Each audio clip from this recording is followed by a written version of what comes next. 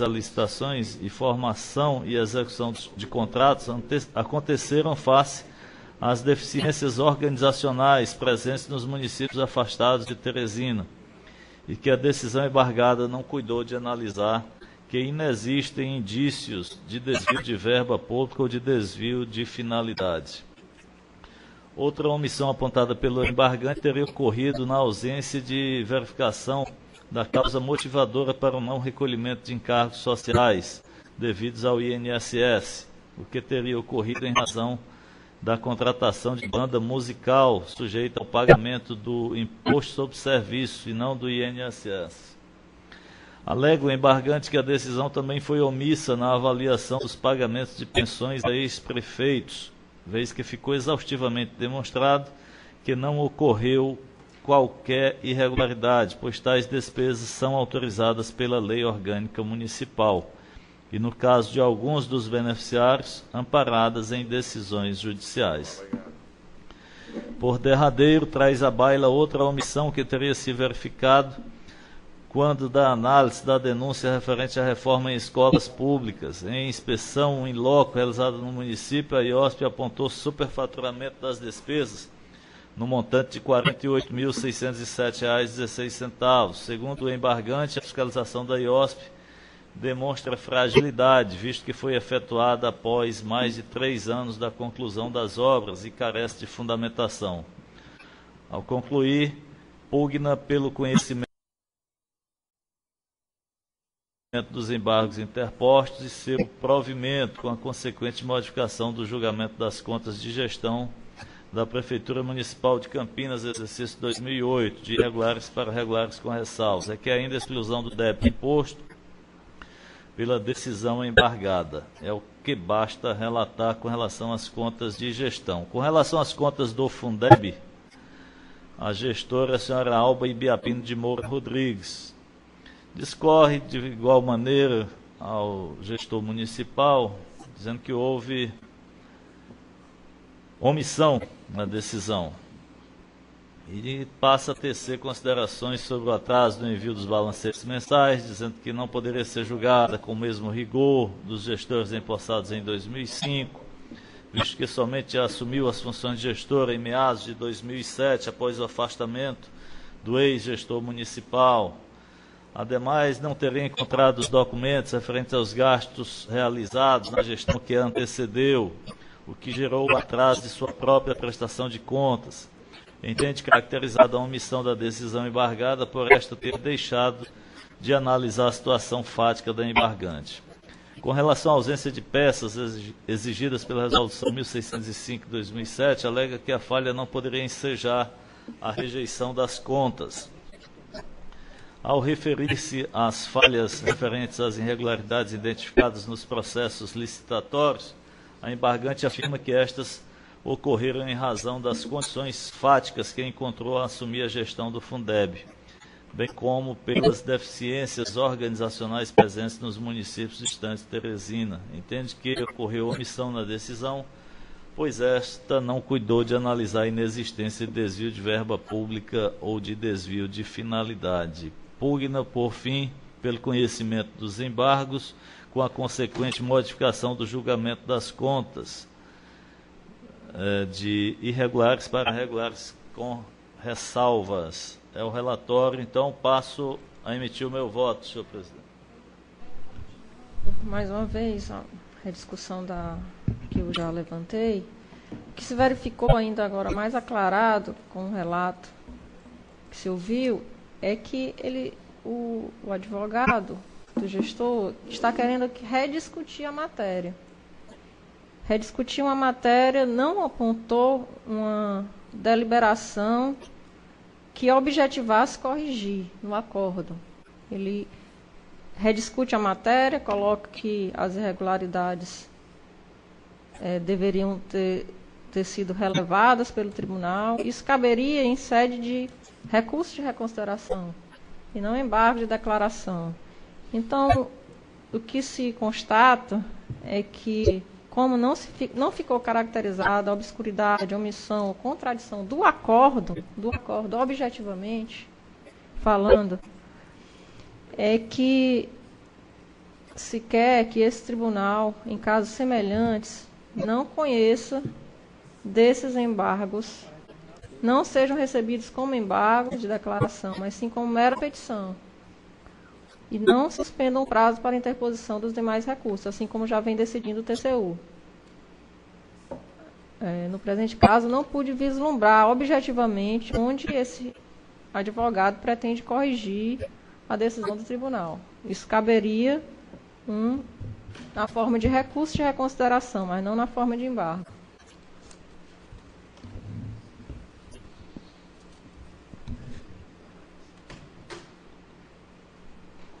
Doutor Jacques, para proferir o voto. As duas solicitações do Ministério Público, eu constato, senhor presidente, que nestes embargos o processo já chega ao gabinete do relator devidamente autuado. Eu não sei se, seguindo decisão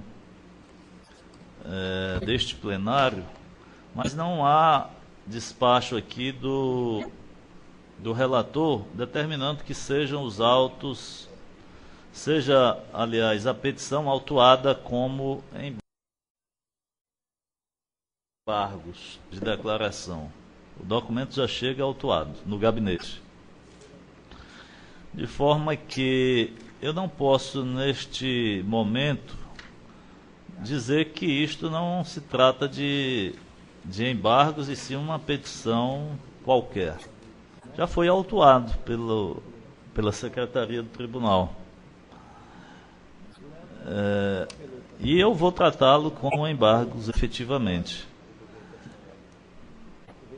Mas caberia... Agora, em casos futuros, acho que seria conveniente o plenário se reunir numa sessão administrativa para discutir o que requer a doutora Raíssa, que ela busca uma maior celeridade das decisões do tribunal e evitar com que o tribunal fique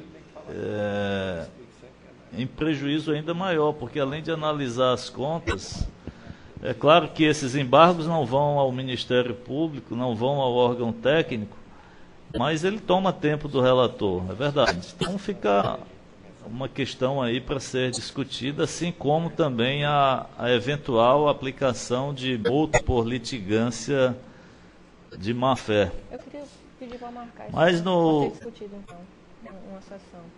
Já no que mérito, não quer discutir aqui, senhor presidente, viu?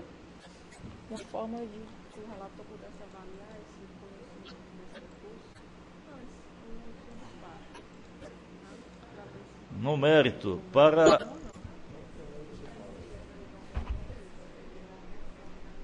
Posso votar? Pode sim, está votando.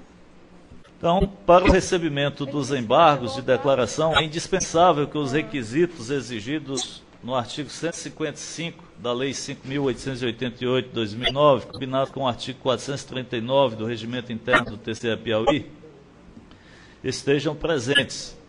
O simples inconformismo não é hipótese autônoma para o manejo deste recurso, sendo indispensável a demonstração da existência de obscuridade, contradição ou omissão como requisitos específicos dessa espécie recursal integradora.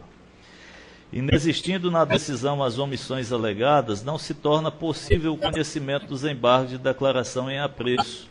Demonstra o embargante apenas a sua irresignação com o deciso, o que poderia ser materializado com a eleição da via adequada para um novo enfrentamento de seus argumentos, qual seja a interposição do recurso de reconsideração.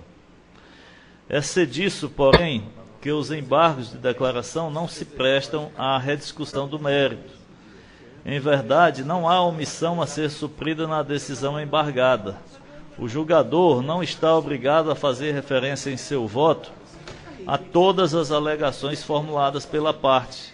Não há necessidade de refutá-las uma a uma, bastando apenas que sua conclusão enfrente os aspectos indispensáveis para o deslinde da questão com a indicação de seus fundamentos.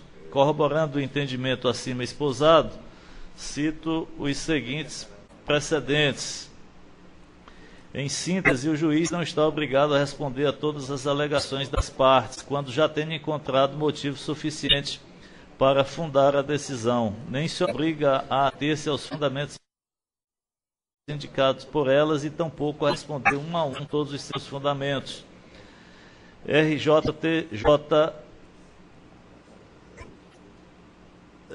Recurso especial 115.207. É dizer, as questões que a sentença deve enfrentar são apenas aquelas indispensáveis para fundamentar as suas premissas e conclusões, nada mais. Não está o juiz obrigado a examinar um a um os pretensos fundamentos das partes, nem todas as alegações que produzem. O importante é que indique o fundamento suficiente de sua conclusão, que lhe apoiou a convicção de decidir. Voto do ministro Oscar Corrêa no recurso extraordinário 97.558, STF, primeira turma, RTJ 109/1101. Como se vê, no presente caso, o embargante requer a reformulação da decisão com a aprovação das contas, não demonstrando para isso que tenha havido nenhuma omissão, contradição ou obscuridade no parecer prévio. Nesse contexto, é forçosa a conclusão de que seu objetivo é o de obter a reforma da decisão hostilizada, utilizando-se de via imprópria. Ademais, suas justificativas já foram objeto de análise pelo órgão técnico de fiscalização municipal e pelo Ministério Público de Contas, sendo enfrentadas pelo relator com o acolhimento das conclusões da DEFAM e do Parquet de Contas. Assim, manifesto-me pelo não conhecimento dos presentes embargos, vez que apresentados em desarmonia com os comandos normativos elencados no artigo 155 da Lei Estadual 5.888/2009, combinado com o artigo 439 do Regimento Interno do Tribunal de Contas do Estado do Piauí. É como voto, senhor presidente.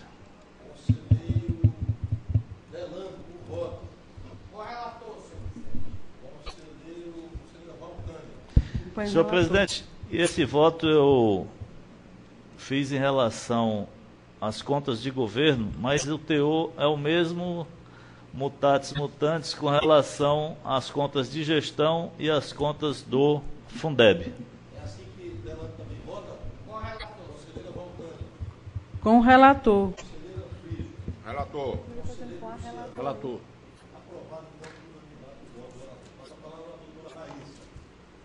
Queria pedir para marcar Aprovado o voto do relator uma por sessão unanimidade. pra